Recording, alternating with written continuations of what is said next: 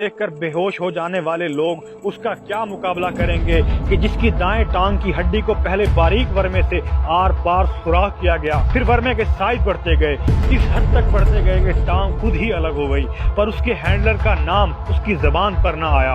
इसके मिशन के बारे में वो एक लफ्ज तक ना जान सके। जाओ जाकर देखो दिल्ली की तिहाड़ जेल के वार्ड CDEF से लेकर काबुल की पुल चरखी और गजनी जेल तक पाकिस्तान के बेटों की 20 दास्तानें ऐसी हैं जो अगर मंजर आम पर आ जाएं इस कौम के अश्क ना रुकें। इन जेलों की बैरकों की दीवारें इस बात की गवाह हैं कि वतन के ये बेटे जीत गए और दुश्मन हार गया। इस्तकामत के ये पहाड़ मामूली ना थे। इस्तकामत में ये अब्दुल्ला बिन हुज़ाफा के बेटे थे, झुके नहीं। बर्दाश्त में ये यासर और समिया के फर्जंद साबित हुए कि उफ तक न कहा। आज मैं अगर किसी फेसबुकिये लंडे के दानिश्वर की 2 उंगलियों के दरमियान, सिर्फ 2 उंगलियों के दरमियान पेंसिल रखकर अगर उन्हें दबाना शुरू कर दूं तो वो 30 सेकंड से पहले ही अपने लीडर को अपनी जबान से गालियां देने लग जाएंगे। ये जज्बों से महरूम हैं, जोशो होश से महरूम हैं। ये रात के अंधेरे में अपने ही कमरों में डर जाने वाले लोग ये क्या जाने कि खौफ क्या होता है।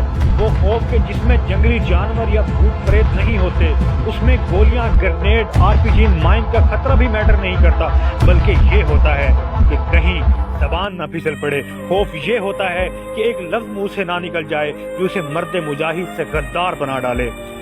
इनको क्या पता कि दुनिया भर की एजेंसियों के एजेंट अपने साथ जहर रखते हैं, पर ये अल्लाह के शेर शदीद अजियत को आसान मौत पर तरजीह देते हैं।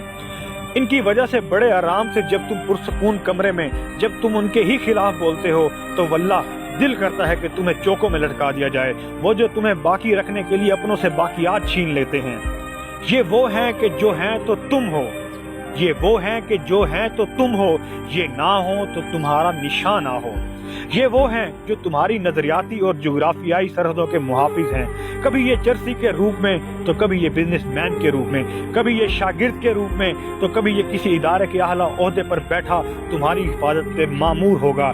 ये हिंदू पलीद, नसरानी गलीज, ये तुम्हें लोग खा जाएंगे, तुम्हारी बहनों को बांदियां बना लेंगे, तुम्हारी माओं की छातियां काट कर तुम्हारी नस्लें बर्बाद कर देंगे।